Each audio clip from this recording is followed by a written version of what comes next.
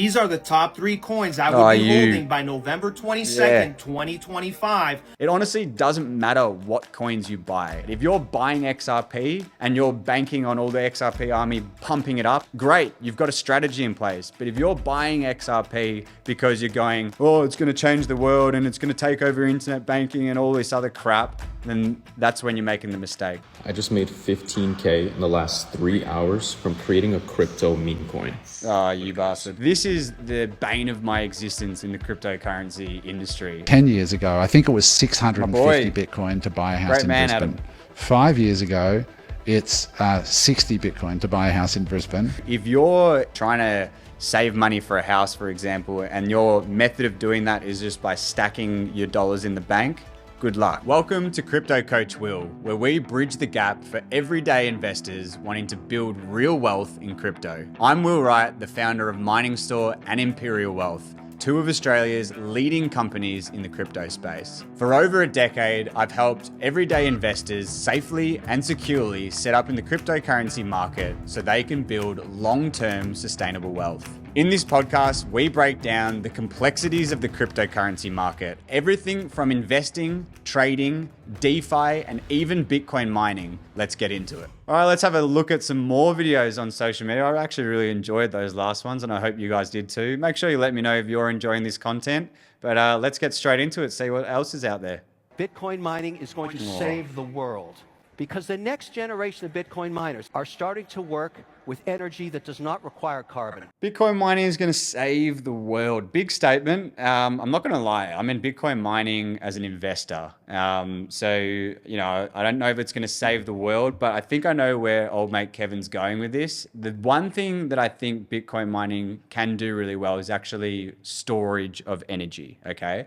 So think about how solar energy, it's great during the day, but the problem is you can't really store it efficiently. You have to have a battery or whatever. And there's hydro dams out there that can pump water up to the top of mountains, and that's storing energy up there, and then release that so at night you can use it. And Bitcoin mining works kind of similar to that. You can actually store the value in Bitcoin through all the solar energy that you're doing, and then use that for a later purpose to fund projects or whatever it might be. Imagine. Let's go! I'll tell you what, 16 Bitcoins from Wallet in 2011. This bloke's just found a handsome, nearly $2 million, 1.6 to $2 million, depending if you're talking Australian or USD. So, look, I don't reckon it's true. Great video by the bloke, but it'd be an absolutely awesome feeling if you did find that. There was some awesome stories in the cryptocurrency space where people lost hardware and they spent so much money trying to find them. Some of them do, some of them don't. So, yeah, if this bloke did find his 16 Bitcoin, we're going to be doing some pretty fun things right now. I just made 15K in the last 3 hours from creating a crypto meme coin. Oh, you bastard. The old meme coin creator, he probably rugged on his audience. I don't know. I haven't seen this content creator before. Maybe he's a legitimate bloke, but let's just keep watching a little bit more. All you do is you're scrolling on TikTok, you're finding a trending meme right now. I did the bulkhead. That thing is trending like crazy. You take a screenshot of the meme, you go to Pump Fund, you press create coin. Yeah, the old Pump Fund. So this is the bane of my existence in the cryptocurrency industry. I hated the meme coin mania time because essentially think about it like this. You've got the crypto ecosystem, and for Bitcoin, Ethereum, and great projects like Hyperliquid, Solana, for them to go up in value, we need liquidity to go into those projects. And those are the projects that deserve to go up in value. They're building real things and changing the world. Then you get these meme coins, people literally, as you say, clicking a button, launching some coin. And what it did is it sucked all of the liquidity out of the good areas of crypto and into these pump fund coins, people just making money overnight, then losing it as well. So yeah, it was a bad time in the cryptocurrency industry. Unfortunately, as investors, we had to get involved in certain ways, shapes, and forms. We had to participate in that. But I didn't actually enjoy it. You know, I couldn't wait for this meme cycle to end so we could go back to more, proper projects going up in value. And that's what we're seeing now, which is great. These are the top 3 coins I will be holding by November 22nd, 2025 on this day. I can't even continue watching. Like, can someone get me a bath bag? I hate these influencers that these are the top coins that you must buy right now. They're going to make you millions of dollars. It's probably the worst way you can invest into cryptocurrency. And it's actually training your psychology to ask the absolute wrong questions.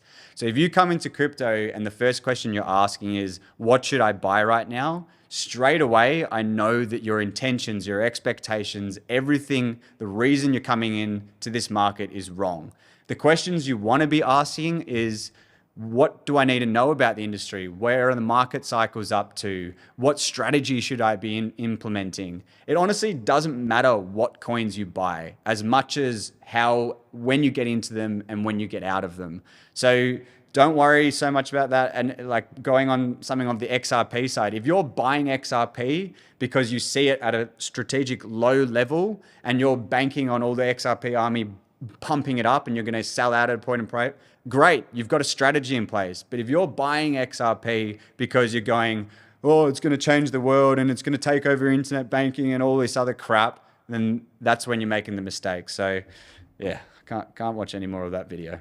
Day trading full-time in Australia. Here are 3 tips that will help you if you want to do this in the future. The first one is pretty obvious. You guys need to be using demo accounts effectively. These demo accounts are completely free and they are there for you to use and for you to learn. You don't take any losses off a demo account, so use it to test your strategy. Yeah, I like what this guy is saying about day trading. I think the problem out in the Australian market, particularly with people getting into day trading, is they're sold the dream that it's easy, you can do it from a beach. Whereas this guy's actually taking the right approach. You need to expect to spend, in my opinion, minimum 2 years in the market day trading before you're actually going to turn a profit. And that's just being realistic. You're going to have to do a lot of education to understand what it takes to be a day trader.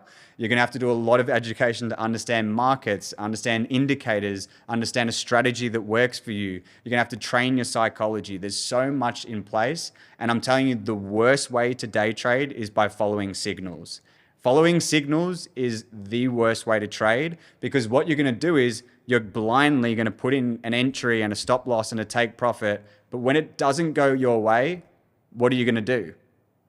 You're not going to know what to do. You haven't been taught why it's not going your way or how to identify to get in or out of that trade. Number 2, indicators are useless. You guys need to realize that these are lagging indicators. You need to focus on concepts like supply and demand, liquidity, and market structure. Really good advice, education, having a mentor. It's exactly what I advocate for as well. So good on ya. I like it. Just quickly, if you're ready to take your results to the next level, my team at Imperial Wealth Crypto can help. Inside our Crypto Academy, you'll get access to my personal portfolio, strategies, real-time market insights, and the exact plays my team and I use to stay ahead. With our team of analysts monitoring the markets 24/7, we've helped investors catch moves like a coin that's done a 5x in 4 days. If you're serious about accelerating your wealth, click the link below to book in a call with my team of experts and see how we can help.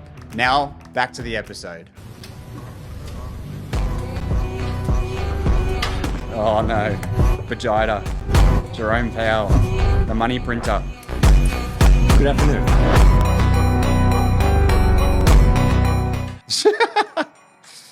Yeah, so for those of you that don't understand what's going on here, it's basically saying some of the influential people in the world can say one word and completely destroy or make markets.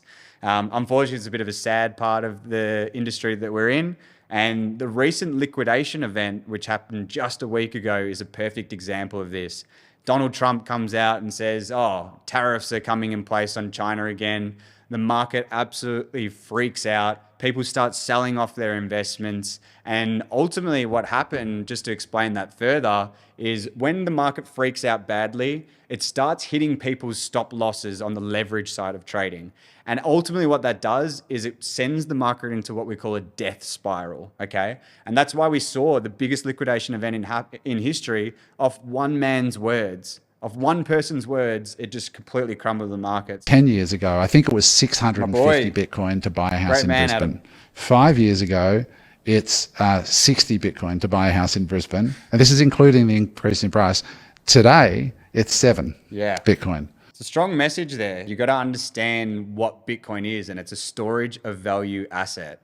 So if you're an investor out there and you're thinking you're trying to save money for a house, for example, and your method of doing that is just by stacking your dollars in the bank, good luck. You're never going to get ahead. You need to understand storage of value assets. I'm a crypto guy. I love crypto and I love Bitcoin. That's what I use as a storage of value. If you're not in crypto, look at something like gold. That's a storage of value asset. But understanding what storage of value is and understanding that fiat currency is just burning your financial freedom, that's what old mate Adam's saying here. So great advice. Australia, months away from full financial control. Yeah.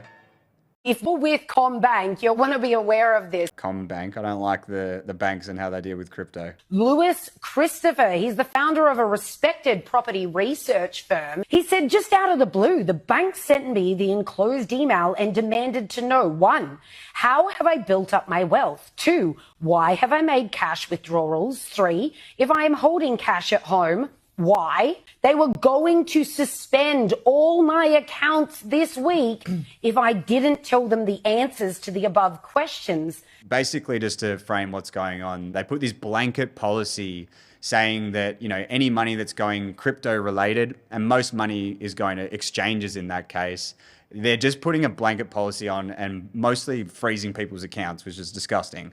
2 things I want to emphasize here. 1, that's why the decentralized world of finance is such a better place for your money to be, in my opinion. You don't have anyone putting the hammer on you saying you can't send that. And I'll share a personal story of when this actually hit home for me. We have hosting facilities over in USA. We have them in Ethiopia. We have them in China. We have them all around the world. And we can send money through USDT on a public holiday in the size of $1 million whenever we want to, and no one questions it at all whatsoever. And that's how it should be. I shouldn't be asked, where are you sending that money and why are you taking so much money out of your bank account and you can't do that? There is the element of it that, yes, in some circumstances, I understand there are scams out there and the banks in some circumstances are probably helping some people falling into traps. But blanket policies on everyone, it's not the way to go. Well, that's it. Another little deep dive into what's out there on the social media platforms. You know, the message is always the same. If you like what you see out there, take involvement in it, you know, but always question what you're seeing there. Some things are, I think they're not giving the right message. If you got value from today's episode, then make sure to subscribe so you never miss the latest tips to navigate the crypto market. If you're ready to take crypto investing to the next level, check out the links below where you can book in a call with my team of experts. We place strong emphasis on educating before investing in the market, so take advantage of the knowledge they have to share. Don't forget to follow us on socials @CryptoCoachWill, and I'll catch you in the next episode.